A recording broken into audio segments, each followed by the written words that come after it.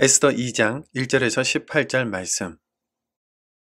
그 후에 아하수에로 왕의 노가 그침에 와스디와 그가 행한 일과 그에 대하여 내린 조서를 생각하거늘 왕의 측근 신하들이 아뢰되 왕은 왕을 위하여 아리따운 처녀들을 구하게 하시되 전국 각 지방의 관리를 명령하여 아리따운 처녀를 다 도성 수산으로 모아 후궁으로 들여 궁녀를 주관하는 내시 헤게의 손에 맡겨 그 몸을 정결하게 하는 물품을 주게 하시고 왕의 눈에 아름다운 처녀를 와스디 대신 왕으로 삼으소서 하니 왕이 그 말을 좋게 여겨 그대로 행하니라.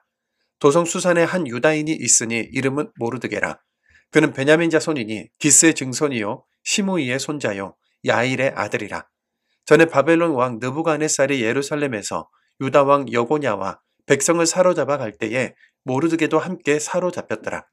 그의 삼촌의 딸 하다사 곧 에스더는 부모가 없었으나 용모가 곱고 아리따운 처녀라. 그의 부모가 죽은 후에 모르드게가 자기 딸같이 양육하더라.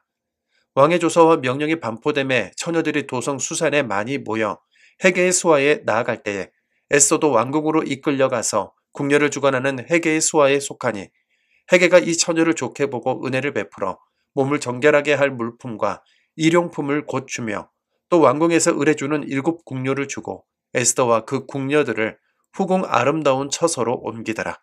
에스더가 자기의 민족과 종족을 말하지 아니하니 이는 모르드게가 명령하여 말하지 말라 하였습니다. 모르드게가 날마다 후궁 뜰 앞으로 왕래하며 에스더의 안부와 어떻게 될지를 알고자 하였더라. 처녀마다 차례대로 아하수에로 왕에게 나아가기 전에 여자에 대하여 정한 규례대로 12달 동안을 행하되 6달은 모략 기름을 쓰고 6달은 향품과 여자에게 쓰는 다른 물품을 써서 몸을 정결하게 하는 기한을 마치며 처녀가 왕에게 나아갈 때에는 그가 구하는 것을 다 주어 후궁에서 왕궁으로 가지고 가게 하고 저녁이면 갔다가 아침에는 둘째 후궁으로 돌아와서 비빈을 주관하는 내시 사스가스의 수하에 속하고 왕이 그를 기뻐하여 그의 이름을 부르지 아니하면 다시 왕에게 나아가지 못하더라.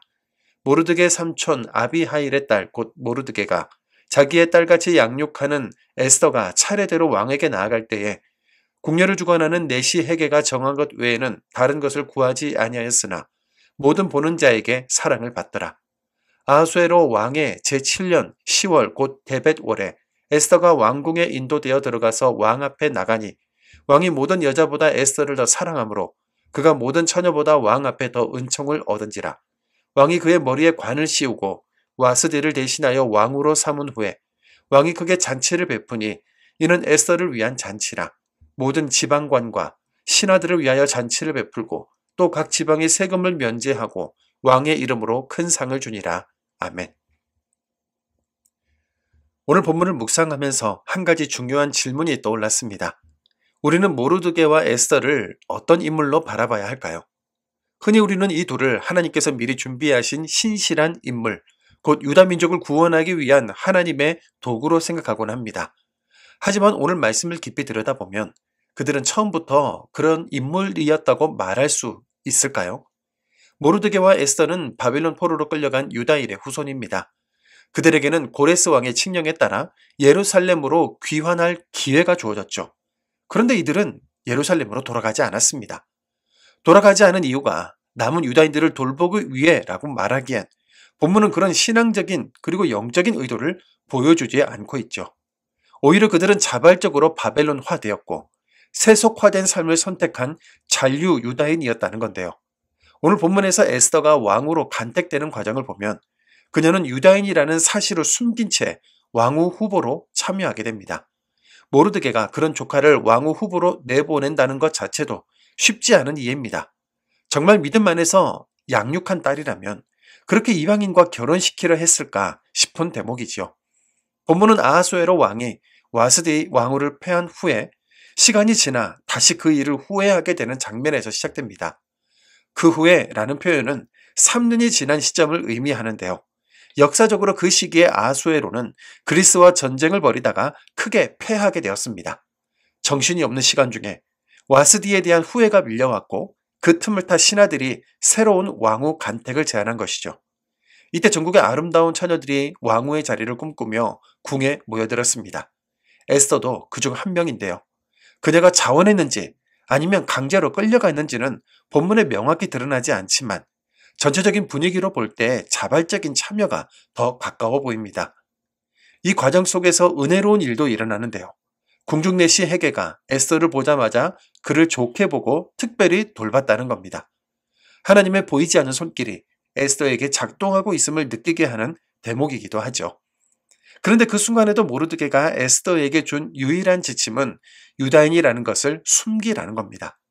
하나님을 믿는 백성으로서 정체성을 숨긴 채 권력의 중심으로 들어간다는 것이 과연 바르고 온전한 길이었을까요? 아직 하만의 위협도 없던 시점인데도 말입니다. 이제 다시 묻습니다. 모르드게와 에스더는 처음부터 믿음의 영웅이었을까요? 본문은 그렇다고 말하지 않습니다.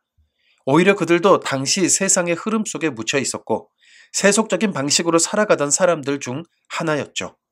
그러나 그런 사람들도 하나님은 사용하셨다는 것, 꼭 완벽한 믿음의 사람만 사용하지 않으신다는 것, 하나님은 준비된 사람만이 아니라 부족하고 이기적인 동기를 품고 있는 이들까지도 당신의 뜻을 이루는데 세우신다는 겁니다. 에스더서의 주인공은 사실 모르드게도 에스더도 아수에로도 아닙니다. 전혀 등장하지 않는 하나님의 섭리, 그 손길이 진짜 주인공입니다. 보이지 않는 손, 말없이 움직이시는 그 하나님께서 오늘도 역사를 이끌고 계신다는 사실을 믿기 원합니다. 우리는 때로 나 같은 사람도 하나님께 쓰임받을 수 있을까 하는 마음이 들 때가 있죠. 하지만 오늘 본문은 우리에게 이렇게 말합니다. 하나님은 지금도 부족한 자를 들어 당신의 뜻을 이루어 가신다. 모르드게처럼 명예욕이 앞설 수 있고 에스더처럼 정체성을 숨기고 세상 방식에 순응하며 살아갈 수도 있습니다. 하지만 하나님의 손에 붙들리면 그런 인생도 하나님의 구원을 위한 통로가 될 수 있습니다. 우리도 마찬가지죠. 내가 어떤 모습이든 지금 어떤 마음을 품고 있든 하나님은 나를 사용하십니다. 하나님 앞에서 더욱 순전한 마음으로 준비된 그릇으로 쓰임받기를 소망하며 오늘도 주신 하루를 믿음으로 시작하기 원합니다. 사랑의 주님, 오늘도 에스더와 모르드게의 이야기를 통해 세상의 흐름 속에서도 당신의 섭리를 이뤄가시는 손길을 보게 하셔서 감사합니다. 하나님의 이름은 드러나지 않아도 하나님의 역사는 조용히 그러나 분명하게 흐르고 있음을 믿습니다. 우리의 모습이 부족하고 때로는 세상에 물들어 있을지라도 우리를 통해 주님의 뜻을 이루시기를 원합니다. 오늘도 우리를 하나님의 무대 위에 올려주시고 처음부터 순전한 마음이요 좋은 그릇이 아니었다 할지라도 반드시 하나님의 손에 쓰임받게 하여 주옵소서. 작은 만남, 작은 결정 하나에도 하나님의 손길이 있음을 기억하게 하시고 오늘도 주님의 계획 안에서 담대하게 살게 하여 주옵소서. 예수님의 이름으로 기도드립니다. 아멘.